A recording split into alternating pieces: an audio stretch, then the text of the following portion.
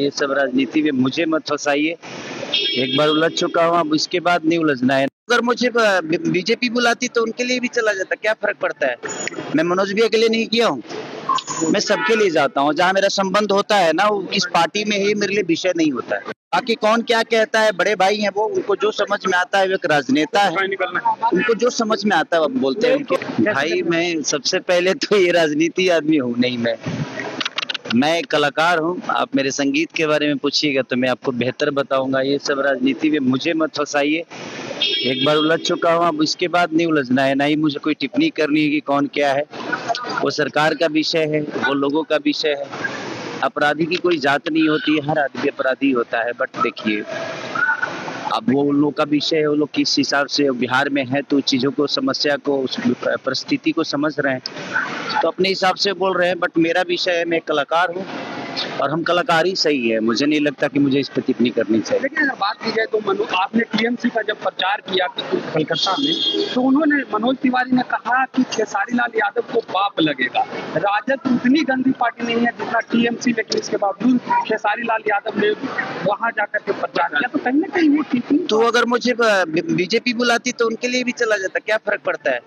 मैं मनोज भैया के लिए नहीं किया हूँ, मैं सबके लिए जाता हूँ। जहाँ मेरा संबंध होता है ना, वो किस पार्टी में है मेरे लिए विषय नहीं होता है।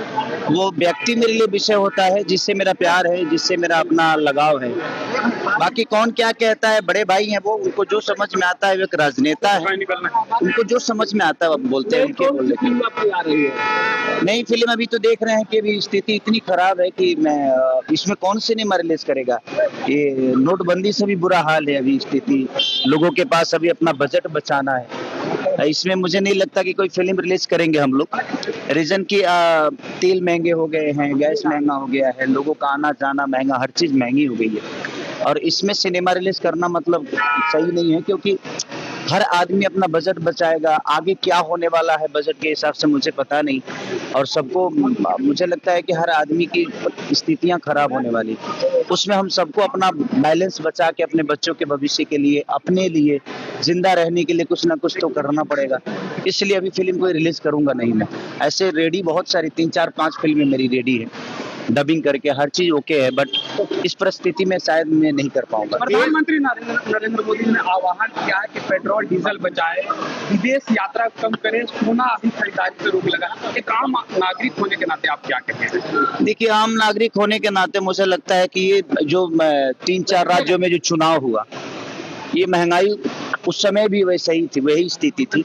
उस समय भी बंद कर देना चाहिए था, उस समय ये अनाउंस करना चाहिए था। बट अपनी राजनीति है उन लोगों की, मैं क्या बोल सकता हूँ। मुझे लगता है कि हमें इंडिया में सबसे बड़ी खूबसूरती है कि हम अपने बजट को बचा के रखते हैं। अगर हम 10 रुपये कमाते हैं तो खर्चा 2 ही रुपये करते हैं। और शुरू से हम अपने बच्चों के भविष्य के लिए मेहनत किए हैं। क्योंकि अभी जहाँ तक बिहार का सवाल है, बिहार के जितने भी बुजुर्ग हैं अपने बच्चों के लिए हमेशा से वो लड़ते आ रहे हैं। और मुझे लगता है कि सबको बचाना चाहिए, कुछ ना कुछ लोग बचाए ही हैं। बट मुझे लगता है कि जिसको बचाने के कह रहे हैं वो नहीं बचा पाएंगे भाई, वो अरबपति लोग हैं। मुझे लगता है कि हर आदमी यहाँ पे जो गाड़ी से घूमता है वो कहीं ना कहीं करोड़पति आदमी है, तभी वो गाड़ी लेके घूमता है।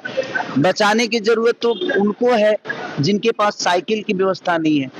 और मुझे लगता है कि परेशान वही है जिनके पास ना कभी तेल की जरूरत पड़ती है और ना ही कभी गैस की जरूरत पड़ती है। तो परेशान वो आम नागरिक है, जो गरीब तक के लोग हैं, जिनके पास अपनी व्यवस्था नहीं है। तो मुझे लगता है कि उनको क्या बचाना है। मुझे लगता है कि नरेंद्र मोदी जी को जितने भी उद्योगपति हैं, जितने भी बिहार के कलाकार हैं या बॉलीवुड के कलाकार हैं, सबसे उनको कहना चाहिए कि भाई अपना देश आर्थिक स्थिति में डूबा हुआ है, सब लोग चंदा करें। उसमें खेसारी लाल यादव भी हो सकता है, क्योंकि सबने जनता से कमाया है। सबने, चाहे वो अंबानी जी हो, चाहे अडानी जी हो, चाहे शाहरुख खान हो, चाहे वो खेसारी लाल यादव हो, चाहे मनोज तिवारी हो, चाहे एवरीथिंग, जितने भी कलाकार हैं, जितने भी आर्टिस्ट हैं, महिला हो या पुरुष हो या उद्योगपति हैं, उनसे बोलना चाहिए कि आप लोग अपने देश हित में जितना आपकी सक्षम है आप चंदा करो, ताकि गरीबों का भला हो सके उस चंदा के पैसे से। और सब लोग सक्षम है, सबने कम से कम 100-100 करोड़ रुपए का, 200-200 करोड़, 500-500 करोड़, 1000-1000 करोड़ के लोग हैं। अगर वो 10-10 करोड़ भी रुपया दे दें, लोग 1-1 करोड़ रुपया दे दे, 50-50 लाख रुपए भी दे दे, तो कम से कम 2000-5000 कलाकार हैं साउथ से लेकर और यहाँ तक। तो अपने देश हित में मुझे लगता है कि ये सब महंगा करने से अच्छा है कि जो मजबूरियां हैं वो अपने ही लोगों से, जिन्होंने अपने इंडिया से कमाया है, अपने लोगों से कमाया है, उनसे चंदा लेकर और कम से कम उन गरीब तबकों को पहुंचाया जाए जिनकी प्रॉब्लम। आपका सबसे फेवरेट गाना कौन है? रोज फेवरेटे गाना होता है। नीट पेपर जो है वो लीक हुआ, छात्रा सुसाइड कर रही है। अरे भाई अच्छा ही बताओ जी, कोनो आज लीक भइल बा? आज कितना दिन से लीके होता? तो इस पे तो आप लोगों को, इस पे तो मुझे लगता है कि सरकार का विषय है कि लोग, बच्चों का भविष्य का विषय है ये। और मुझे लगता है कि जीएनजी अगर आगे नहीं आएगी ना तो ऐसा ही होता रहेगा।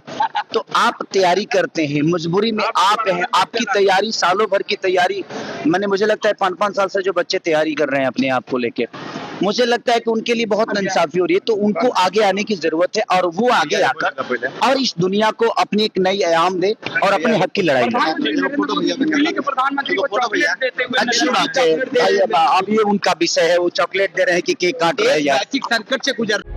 प्रभातखबर.com, विश्वास वही, रफ्तार नहीं।